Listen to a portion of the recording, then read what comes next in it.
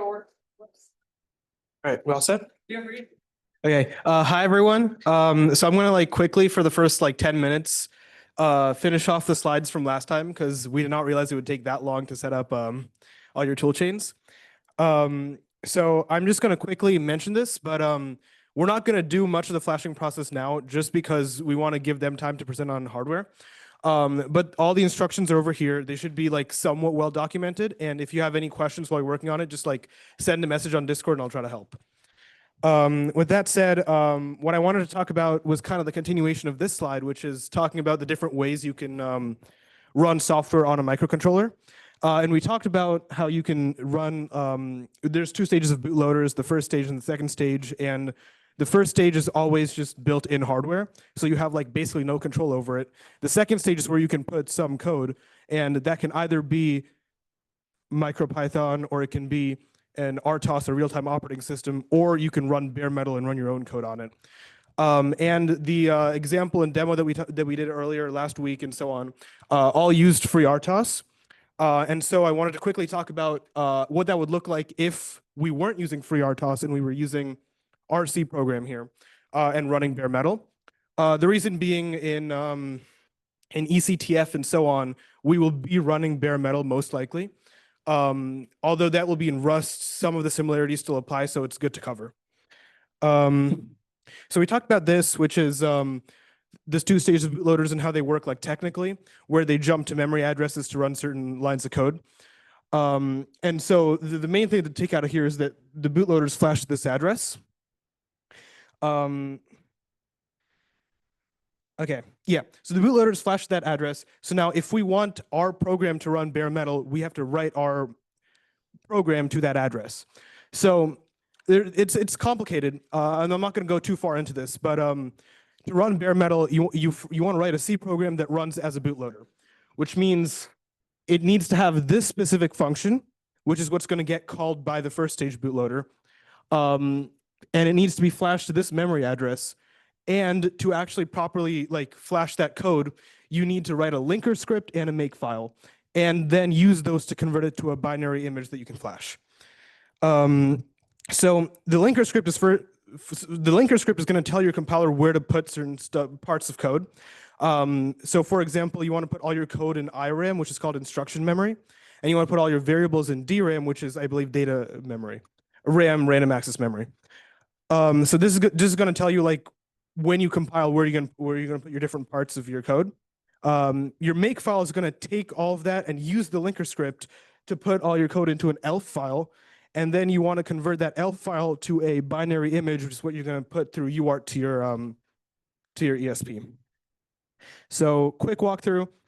We start with a program like this. I don't know how readable this is, but we have this function up here at the top called call start CPU 0.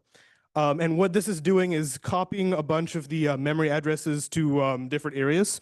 So for example, all your variables and so on are going to be passed into memory when you run this, and you want to copy it to certain places in your data to make it accessible and so on. And then over here, it calls the main function. And this main function is very, very simple. All it does is it has a variable. Variable is over here, static volatile int a equals 0. And it's just in a permanent loop going to increment the value of a. Very simple function, so this is not going to do anything useful. It's just going to internally increment a variable. But for demonstration purposes, I cooked this up. Now, what do we do with this? Some of these steps might be similar to what you did with idf.py, if you got that far. But you're going to cd into your project directory. You're going to run make. You're going to run this. Make is going to give you that ELF file that I talked about. You're going to run ELF to image to create a binary file. You're going to, again, set your ESP to bootloader mode, and you're going to flash that binary file to that address. So that's the general process here. Now, what happens after you flash? ESP tool is going to reboot it for you. However, you won't see anything when you run monitor. Can someone want to say why we won't see anything when we run monitor?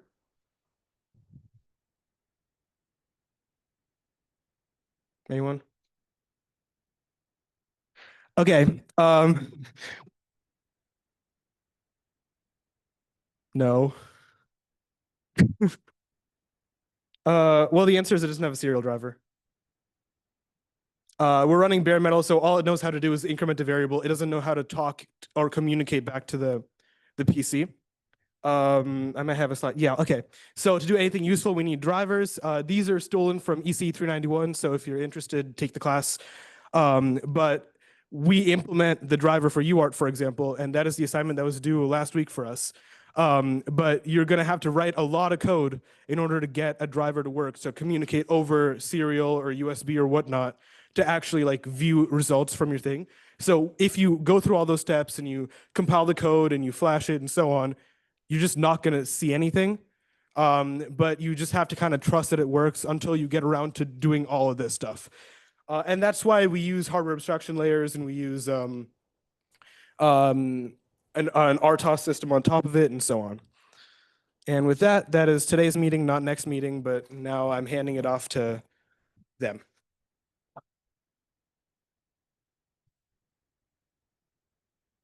Right.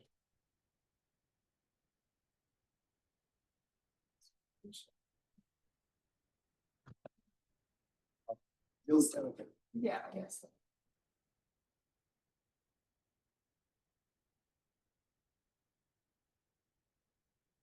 All right. Oh, okay, sure. Yeah, I'm Jake. I'm Swetha. So wait, okay. So yeah, hi, I'm Jake. I'm a SIGPwny admin and embedded co-lead for like last year and this year.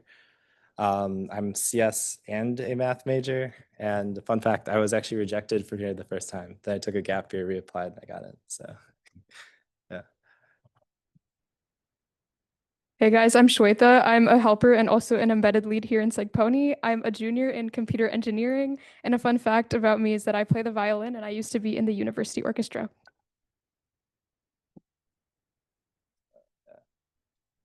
Sure, I can talk about this. So two of our teams made it to Seesaw Embedded Security Challenge.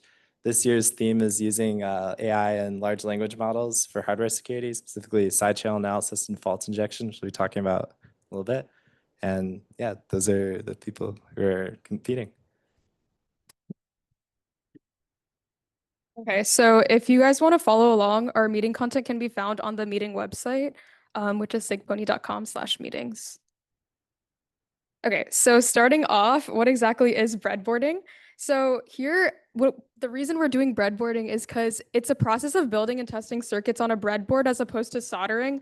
So if you solder, you kind of glue circuit elements onto a PCB and you can't really like move them around afterward. But on a breadboard, you can just like remove them and add elements whenever you want in real time. You can see real-time behavior and debug circuits almost immediately. The reason they're called breadboards is because circuits used to be prototyped on wooden boards that were used to cut bread, hence the name breadboard. And what exactly is a breadboard, right? It's a plastic board with metal sockets. So you see those little holes kind of here. Those are metal sockets, and all the rails, the red rail on the left side and here are the power rails, and then the blue rails are the ground rails. So when you want to power your breadboard, you want to connect your battery or whatever power supply you have to the red rails. And then our other sockets are connected horizontally. So these are all connected in one rail. So you never want to put a circuit element like with two ends in here, otherwise it'll get shorted. So you want to connect your circuit elements vertically, not horizontally. So why are we even going over breadboarding in the first place in embedded? So the reason is because we want to understand how circuits work in order to understand things like voltage glitching and fault injection, because capacitors and resistors and things like that are really important in making a circuit voltage glitchable, or kind of manipulating the resistance and capacitance of a circuit helps us voltage glitch and fault inject. It also helps us with quick prototyping and debugging and instrumentation. So one of the images below is from ECTF last year or last semester. And the boards that we used are these boards kind of on the bottom of this schematic, as you can see all connected on the breadboard. So being able to breadboard and having a knowledge of how circuits worked really helped speed up the process of connecting these boards and being able to get signals and reading signals off of those. So last year, all of these feather boards were connected to a Raspberry Pi, which we used for our automation setup. Okay, so what exactly is electricity, which is a basic thing we need to know to build circuits, right? So some key terms, first of all, we have current, which is kind of measured by amperage or amperes.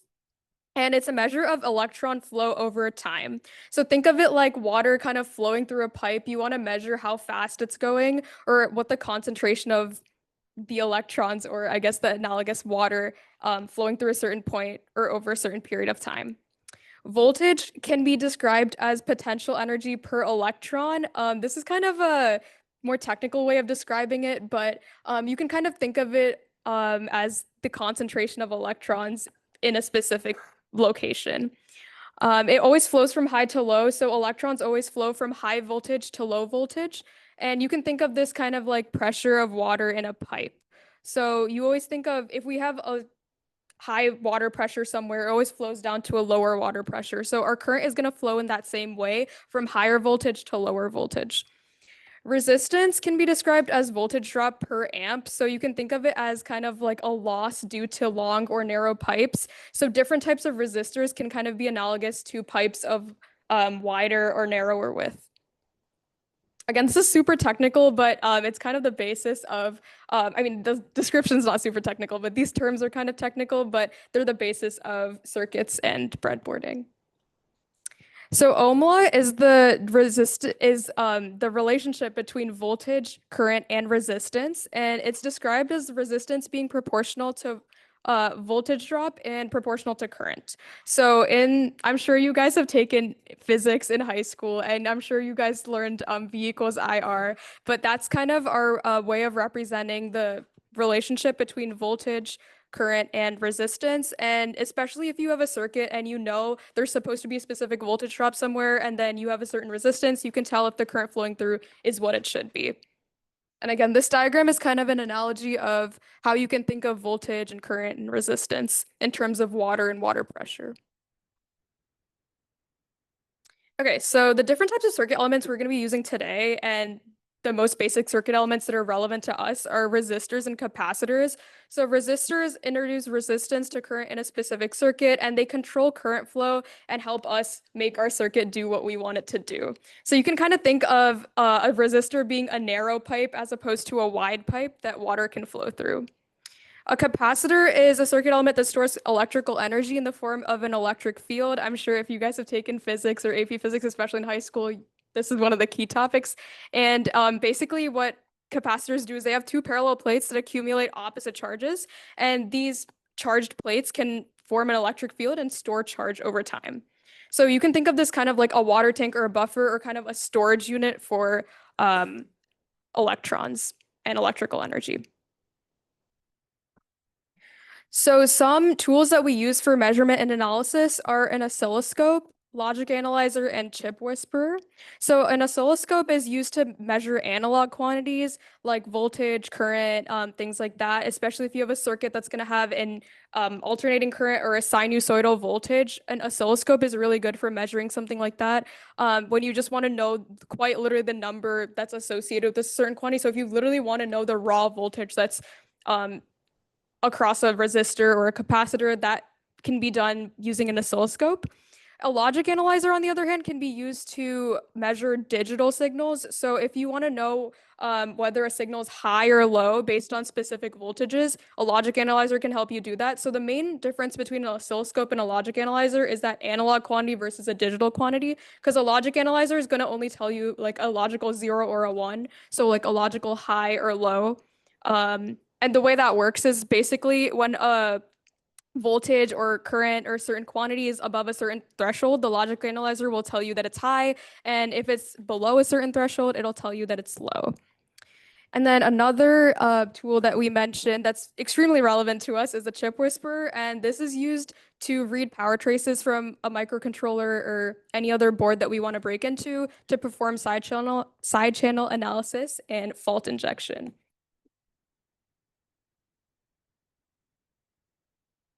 Right. So I'll be talking a little bit about how, and this will lead into our exercise, how we can kind of read a circuit diagram and translate it into a breadboard.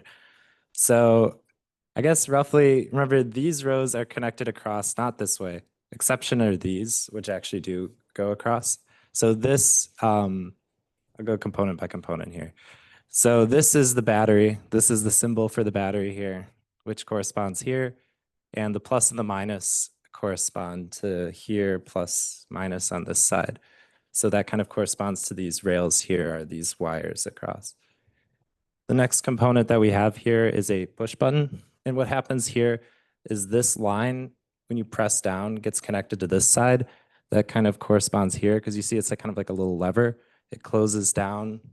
That would close the circuit and connect these two pins to these two pins. So that's kind of what I have going on here because I've connected to the battery plus over here to this side of the button. And then the other side of the button here is what this yellow wire goes into. And that feeds into our next component, which is the LED. So the yellow wire goes from the one side of the switch up to the this terminal of the LED. And then coming off of the LED is this resistor. So there's other symbols for resistors, like a squiggly line you'll see sometimes.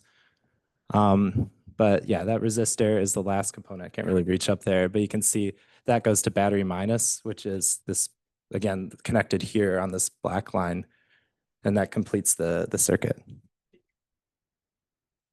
Right, yeah, sure. So I'll explain what the resistor is doing in the circuit. Because all the circuit is you push a button, a light turns on, right?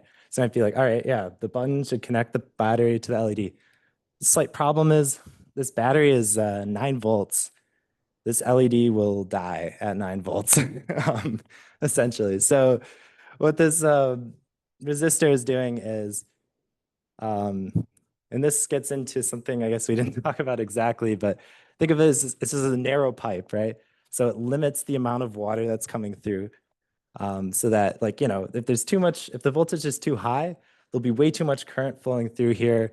It would just, like, so much water would come through, it would just, get too hot because there's too much, electrons going through, but water maybe gets flooded or whatever. But this little pipe, it slows everything down. So it's like a small pipe. There's not too much current coming through so that this LED doesn't get like way too hot and like, blow up immediately. One thing that when we get into the breadboarding, I guess maybe I should have included a capacitor on the previous circuit diagram, but you'll see it in the exercise circuit diagram.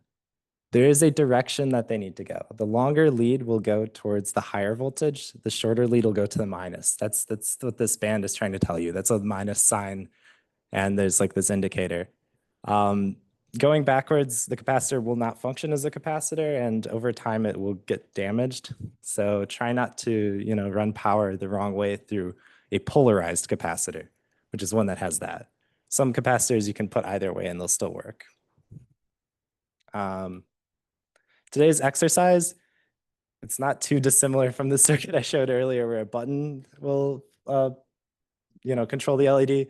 Instead, this is a timer, which what it does, remember the capacitor is like a tank, right? What this circuit will do is essentially it fills up the tank, and then once the voltage reaches a certain level, it'll empty the tank through one of the resistors. So the resistors are kind of like the valves which are connected to the tank, and however big those valves are, it controls how quickly the tank fills up. And then the size of the tank will also affect how quickly it fills up, right? So like a tiny pipe feeding a huge tank will take a while. A big pipe feeding like a small tank will go really quickly, right? So that's kind of, you'll be able to predict how quickly this LED will blink. Like if you put a bigger tank here, it'll go slower.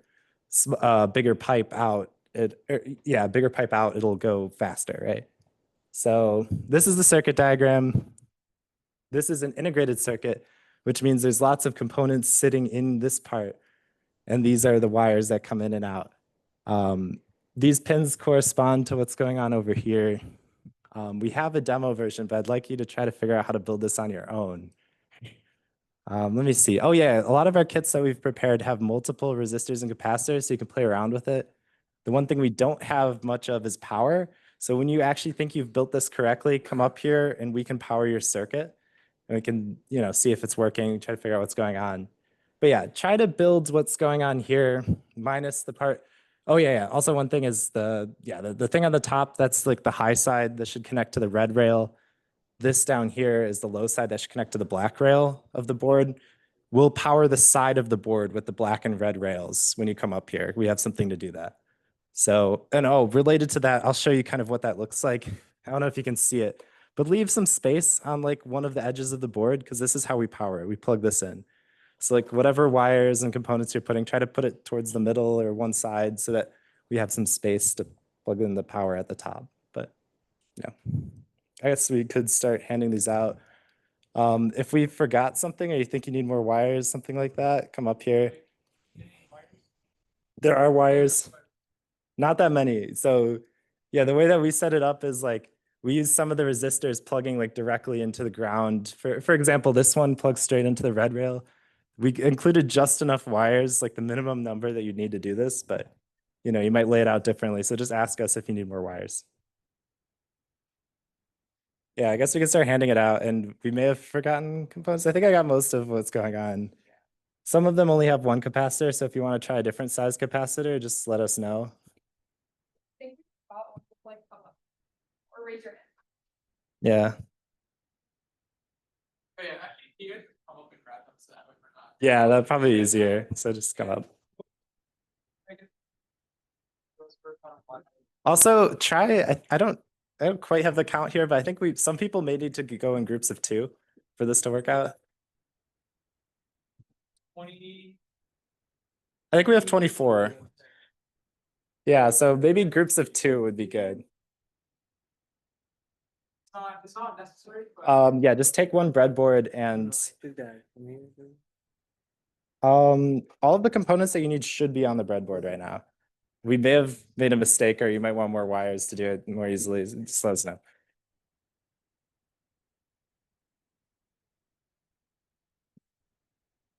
I want to try to figure out more.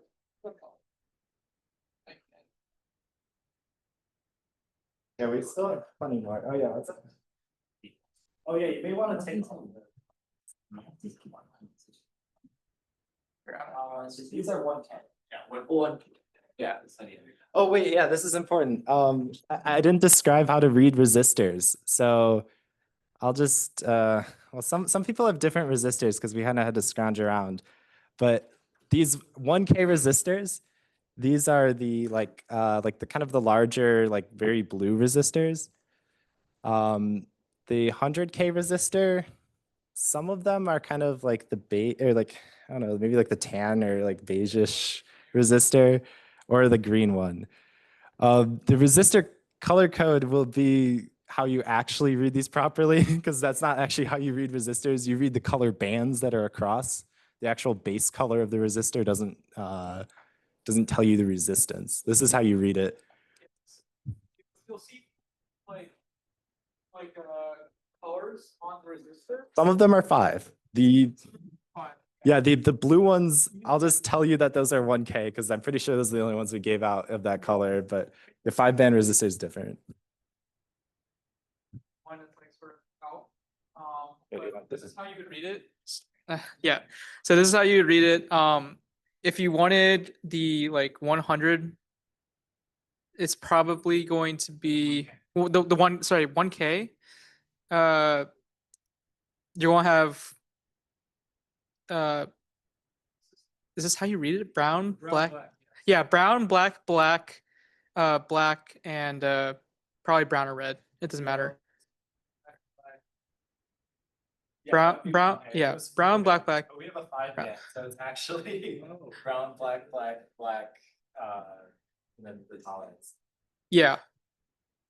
Yeah, if you have the tolerance. And for like the 10K, right? Or sorry, 100K, you have to multiply that by 100. So you'd have brown, black, black, red. And that would be your 100 ohm, 100,000 ohms. Some of these aren't actually 100K, they're 47K. Oh, yeah. So if you see some interesting, yeah, just 47K too. So you see like 0, so black, yellow, purple. Wait. Yellow. Oh, so sorry. Yellow, purple. Yellow. I think it was like 47.3. So. Oh my God. Okay. Okay, I see what's going on. All right. Yeah. But you guys can use the 47K in place of the 100K. Yeah, it will. Well, actually, you can predict if it will go faster or slower based on what it says. So the resistors are bidirectional, so you don't need to worry about which order you place them in. I know you can plug them into the circuit either way. You're asking, like, for the color bands do have a left and right side. Oh, so the left side is going to be like the grouped cluster, and the right side is going to be like the one band that's like all the way to the side. Like space. Oh, And I can't really tell the colors apart. I also just kind of because I know that. Like the biggest blue one is 1K. Like the thickest blue one is 1K. Only the two blue ones I have are the same. Yeah, so those two are both You 1K. need two 1Ks to build this circuit. Yeah. Like, do we have the slides up? yeah. Hold on. I mean, Okay, yeah, because also you'll need the slides to build this. The goldsmith precision that, so for those. yeah. Make sure you go to here. What we can do, we can add this live, copy image. But can you add it to this slide? Because they need the. Yeah. Yeah. Okay. We just put this side something.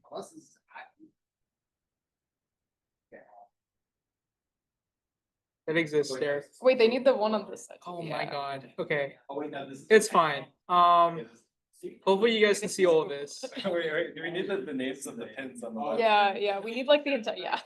Okay. Just zoom out on the slide. Yeah, that's all. That's connecting two leads that has a path that bypasses. Wait, sorry, what's wrong with that? Like R Y. Oh yeah, this is a loop over. That's another thing to about reading circuits. Is that is not a connection yet. Okay. Yeah, if there's actually a connection, you'll see a solid dot. Like Now it's- I understand. Oh. It all makes sense now. Wait. White. Yeah, that's because it's polarized. Oh. The white band is negative. That's the minus. Isn't it positive? The white is positive. Oh, yeah, it's like I mean on the physical, but it has to go back. White band is not. So you can like.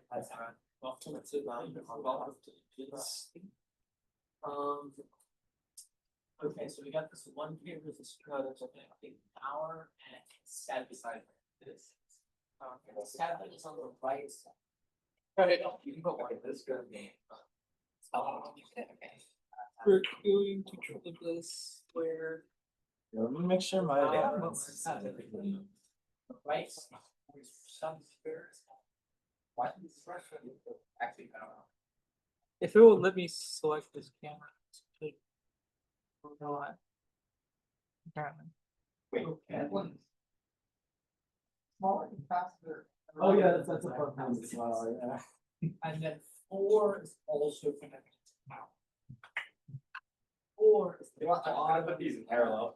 Good. See what happens. I know what happened. That's why I'm doing it. Can you pass me one of the kits? You want to build one? Yeah, I have not But looked yeah, at this that's fine. before, so maybe you can use this to Yeah. demonstrate Yeah. how bad I am at. Pretty slow. Back to the bigger capacitors. Okay. Oh wait, we didn't say the LED was direction. Also, The LED is directional. Guys, also the LED is polarized, like as in you should set it in the correct direction. It is directional, so the longer end goes towards the higher voltage, the shorter end goes towards the lower voltage. But also nothing bad will happen if you put the LED backwards, just no current will flow and it won't turn on. So if that seems to be the case, then you might just need to flip it, but. In general, whenever you have a polarized circuit element, the longer end goes towards the higher voltage, the shorter end goes towards the lower voltage. So just keep that in mind. I was trying to set this up in a way which is like usable, but we'll see if this is actually no, I want to do both. And be sure that there's no shorts. DocCam doesn't. The dock cam doesn't work. I haven't gotten any problem. I could also try to leave it on large. What are you? Yeah, I'd rather be sort of like. And then show on the positive side, I can put this out. Like a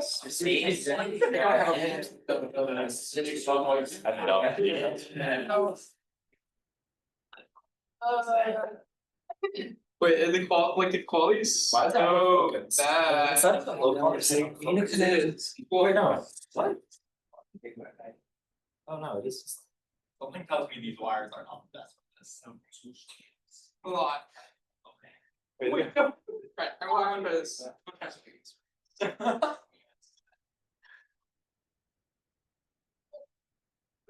Yeah, well, that's the point I was thinking about.